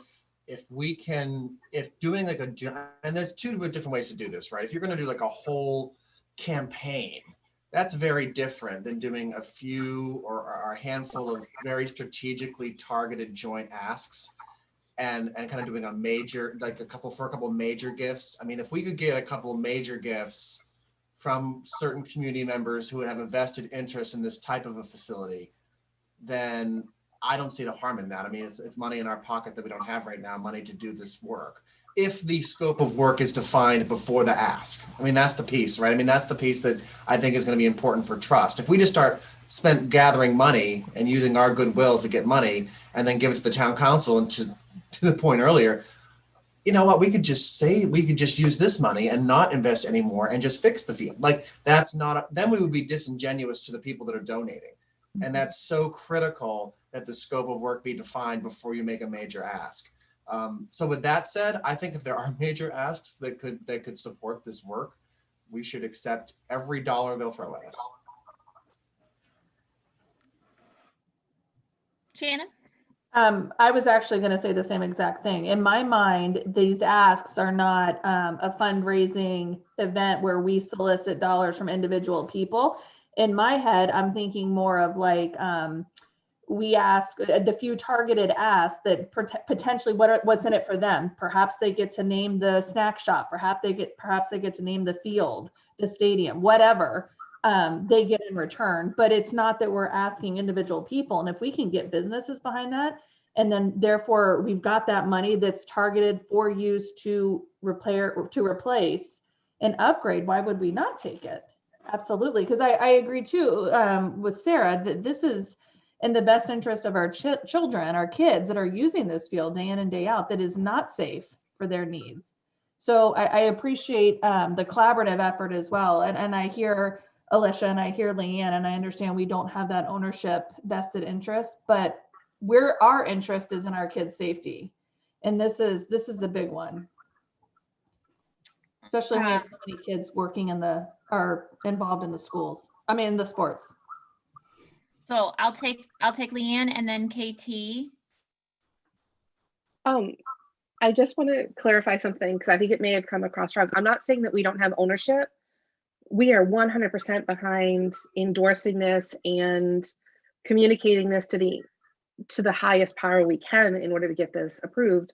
It is the right thing to do for the kids, without doubt. It was just more on the financial end of it. That was my waiver piece of if it's in our CIP, then we get to dictate how much. But we have so many things upcoming. For me, I would love to see us go capital campaign to try to get more funding towards the schools. That we know we've got a big building coming. I just wouldn't want to burn through that opportunity to get that major endowment. That's all. Kristen? Yeah, I hear what everyone's saying and I agree with pretty much all of it. And I think for me, I absolutely want to collaborate and I absolutely want to push this forward. But I go back to, I think for successful collaboration and to not go down a similar path that we've gone down with the council in the past, we do have to define this. I just think, like, accept the donations for sure, but before we get into it, let's be super clear with them. So it's not, well, you said this and you said that, and we all want it to be successful, right? So let's just get with them and move it forward. That's the perfect segue into what I was going to add, which is, now how do we facilitate this? How do I bring that, how do we move this forward? Do we ask the finance committees? Is this something that we think that the finance committees should handle jointly? Is this something that you would like me to approach town council to have a workshop, where it's all 14 of us? Like, do we need a facilitator? Like, let's talk about, I think it's great that, we've shared our stance on this and that there's a lot of common ground. So how do we move now? What do we do? Like, I need direction. Lish. On which point, April, are you talking about? I mean, is that the fundraising piece or? No, the turf in general. How do we get them to define with us what exactly the ask is? It's just like Kristen was just saying, right now they're having their conversations at their retreat, and then we're having our conversations at our retreat, and it's all disjointed. So where is the common ground, and how do we want to meet to discuss exactly what it is that we're talking about? Or are we just going to wait for town council to say, put it in your CIP? I mean, that's an option. Well, I was just going to ask about that. The CIP. I guess my for me, there are a couple of different things going on, right? The CIP, the scope of work, the funding, and all of that. For me, I'm like a hard no on the CIP. I don't even know if that's legal that they can say that. I mean, it's not our property. So, I mean, I although I'm not a fan of advocating for the other things, because I think it comes with its own set of problems. For example, us getting involved in the fundraising or whatever, I can get behind that. But the CIP part, I can't get behind at all.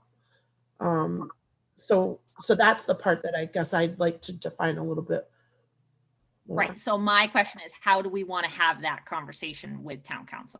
Okay, gotcha. Sarah. It sounds like there's a meeting on Tuesday. I'm just wondering if it would be appropriate for like myself and maybe John as the chair of the finance committee on town to sit in on that, because right now it seems like we're playing a bit of a game of telephone between administration and town and board, and if we can, maybe Diane or Sandy, you guys can tell me if this is appropriate or not, but to have board representation and council representation in that meeting to make sure we come out of it with more information. Yeah, I almost, like echoing what Sarah's saying, I almost wondered if this is like a April Paul, Sarah, John conversation that then you bring back to us? Because if we put 14 of us in a room, we're going to be there for 5 hours and it's going to be a mess, right? So what if it's just the 4 of you first as the representatives and the chairs, and maybe even Tom and Diane if you want, but where you guys kind of lay out the expectations and clear up the issues a little bit more at the CIP and the expectations, and then respectively go back to us, and Paul can go back to the town council. So just as a point of information, the meeting that Tom Hall invited us to, which is taking place on Tuesday afternoon, the people that he organized for that meeting include Tom, Todd Souza, Sandy, myself, Michael Gage, Kate, and Jordan. Yeah, I mean, I don't see any harm in us having representation there and same with council. The only thing, Shannon, with the approach is I personally would just want Kate there because I think to Alicia's point, like, is this even legal? Like, we need Kate there to represent our financial interests in addition to the board's position. So if that meeting's already on the calendar, April, do you want to maybe work with Paul to see like if we should have representation there? Sure, I can definitely reach out to Paul and ask.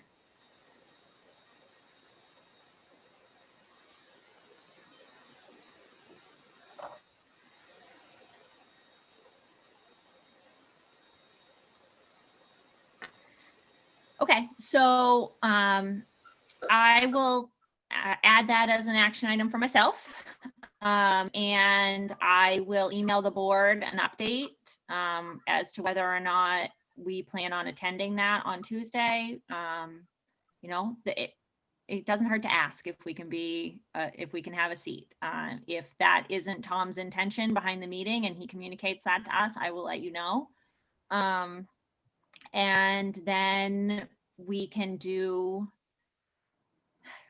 I don't know, I guess I'm still kind of stuck with, you know, I don't want this to go on and on and on where they're having a separate conversation and we're having a separate conversation. So, you know, I like Shannon's idea of sitting down, you know, finance chairs and town council and school board chairs, just to make sure that it's a manageable conversation and that both groups' voice is represented.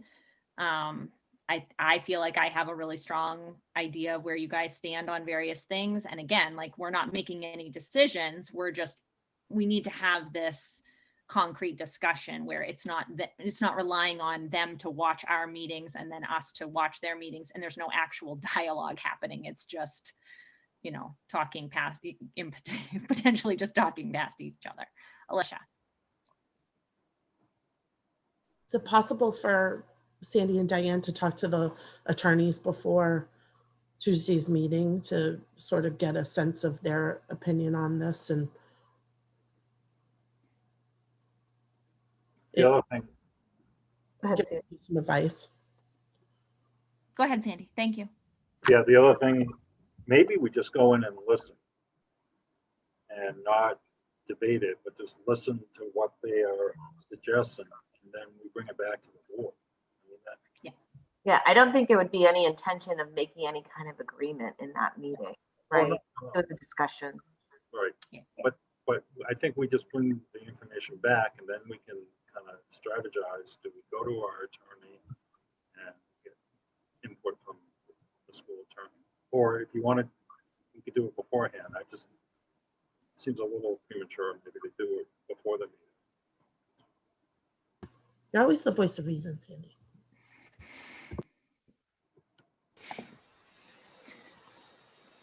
Okay, so I will reach out to Paul and just see if he can. Katie has her hand up. You just can't see her. Oh, sorry. Go ahead.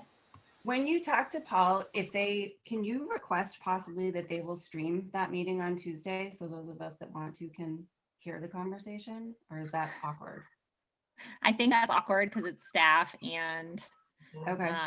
On a public meeting. Yeah. Well, then can we make that a reason to really push to have board representation there with them? Sure. Thank you. No problem. Okay, so we'll take this Tuesday meeting as a first step. I will send the full board an update. If Sarah and I do attend, I will certainly, again, my view is to just sit there and listen. And I would, I can take notes and give the board a debrief after the call. And then I think we really need to prioritize a next step, and whether that's the chairs and the finance chairs, sitting down and having a meeting, or, getting legal advice and then sitting down, whatever it is. But, I think that there's definitely a need here for us to make sure that we're all on the same page, so that we can be successful. Yeah. Okay, I'm trying to be super, cognizant. I know we're over on time. Is there anything else that anybody wanted to propose? We can add it to a future agenda. The only thing I had on the tail end of our agenda was workshop ideas. One idea that I had was to request that, or to get a feeling of whether or not people wanted to have an SEL update. I know that that was a primary focus in the fall in terms of bringing our kids back and seeing where everyone was. I know that that has been such a major focus in the district. And so, kind of doing a mid-year SEL check-in and having the principals come, I think would be, really beneficial for the board to hear. So that was my one kind of idea and suggestion. If anyone else has other workshop suggestions, either now or if something comes to you later on, let me know, and Sandy and I can lay those out. And I was also thinking, if we did the SEL one, that could kind of serve towards our board goal to have a staff-led workshop. And that could kind of be our winter quarter workshop and have that really be staff-driven. Lish. Oh, Sarah, and then Alicia. Sorry, I saw Sarah. I don't know if you're trying to wrap up the meeting, but I do think we need to talk about the consolidated school as well. Oh, sure. Do you guys have time? Can we go another 10?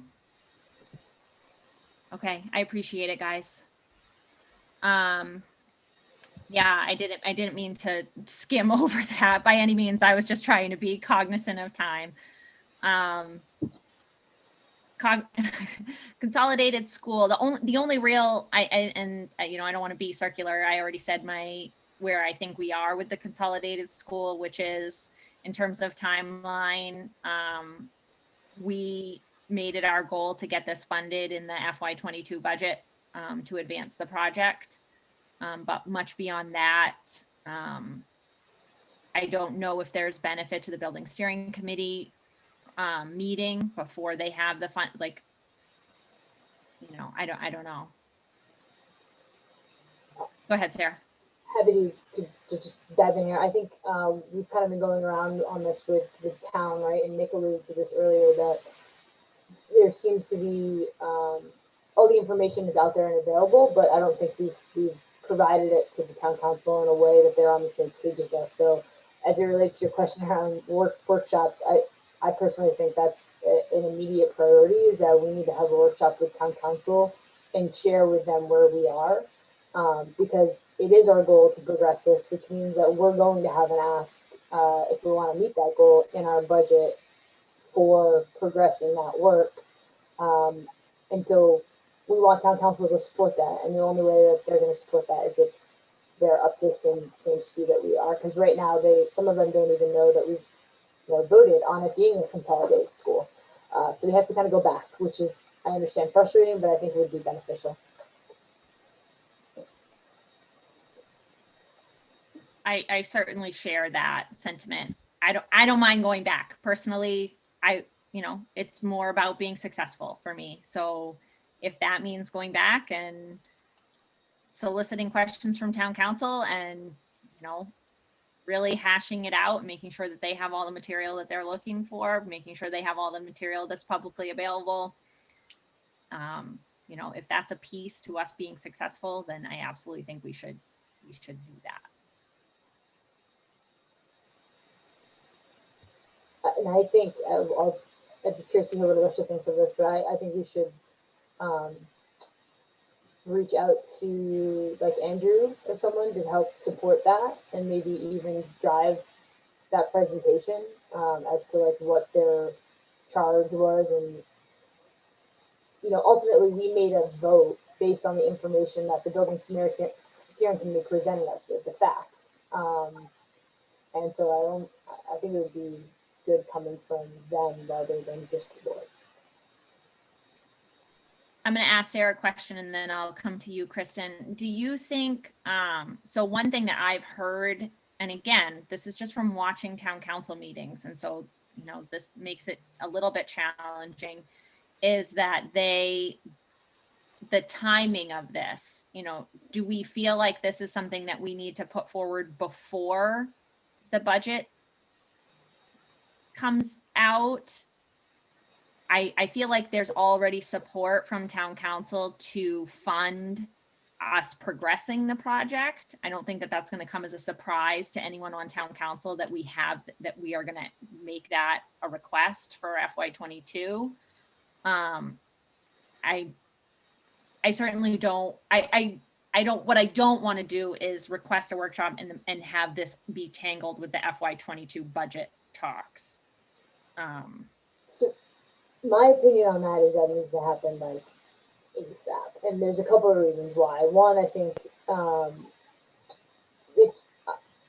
I'm glad to hear that you say that you think that they're going to support it, but I guess I got the different sentiment, a broad support for it.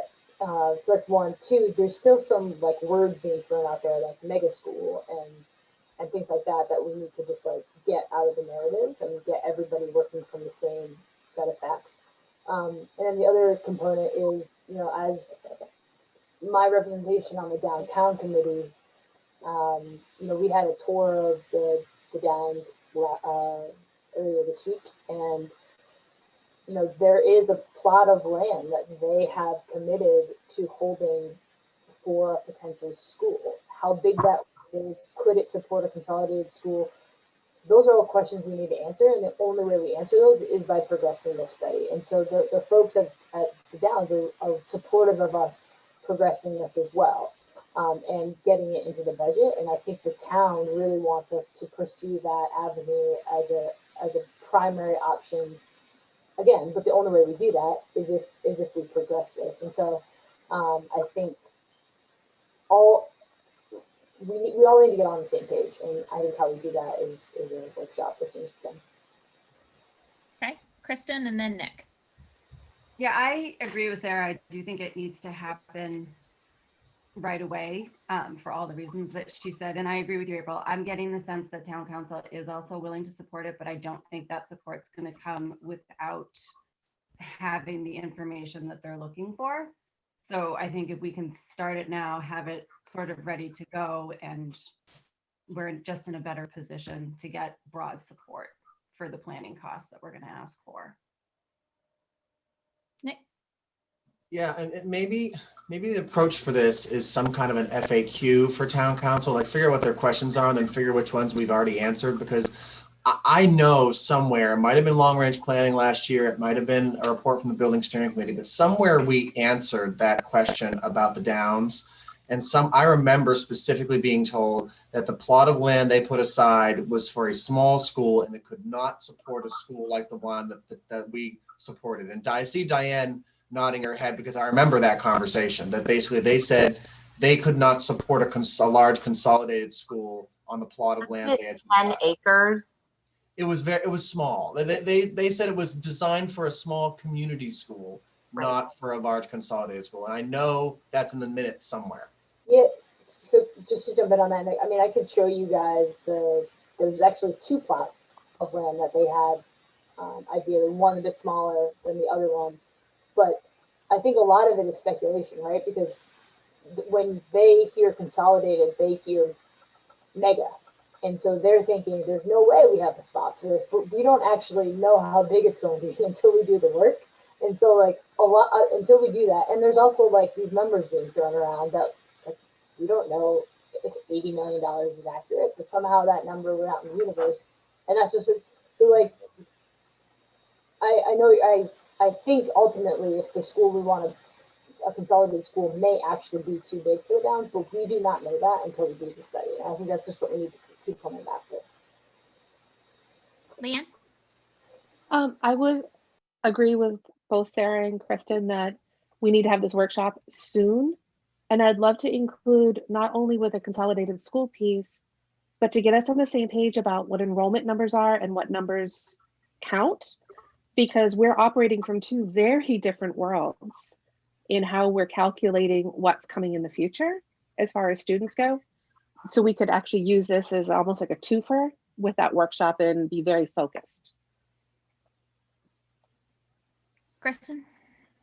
My only concern with that, and we've discussed this in long range planning, is that the need for this school got so tied up in the enrollment numbers, and I think it just really stalled town council's view of it. And I would really like to highlight some of the needs aside from enrollment. While it is definitely a factor, I want to sort of see us put more emphasis on the inadequate space that we have regardless. I mean, these kids don't even, they have classrooms on cart. Like there's just huge needs that we all know about. And I think town council got stuck on the enrollment piece of it and sort of left the rest of it aside. And I think we need to do a better job demonstrating all of the reasons why this is a necessity. Fair point. Yeah, I think that's great, KT. Alicia? It makes sense to reach out to like the chair of the building steering committee, some of the other members who can speak to a lot of that, the safety and how some of the buildings, I don't know, they're like grandfathered in for code, for example, but like they wouldn't be past code now.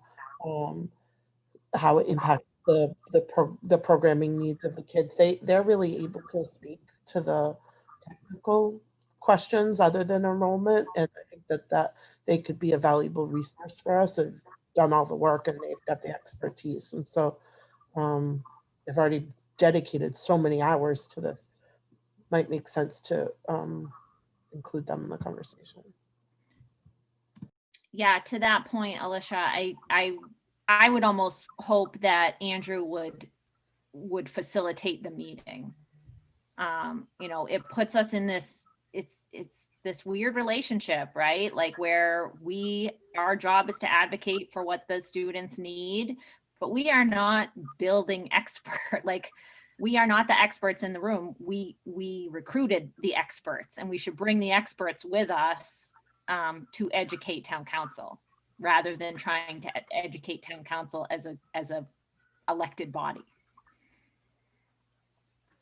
I think also we have other resources we need to bring in to talk to them too. Like I would love to see Allison Marchese talk to them about what that looks like for her staff and those kinds of people that are in. So there's the actual like building people, and then there's the staff that know what their needs are. And I think it's really important the town council hear from the key people that have the information, that have the knowledge of what a day looks like. Like, what is it like to have music on a cart? You know, what's it like to run out of time to have the appropriate number of lunch times in some of these small buildings? What's it like in some of these old, what are we using for the word? Trailers, portables? I don't know. Portables. Yeah,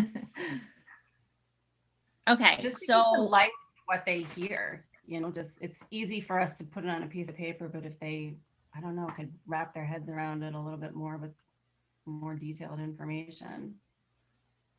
okay, so what I'm hearing from everybody is that we as a body would like to have a workshop with town council sooner rather than later.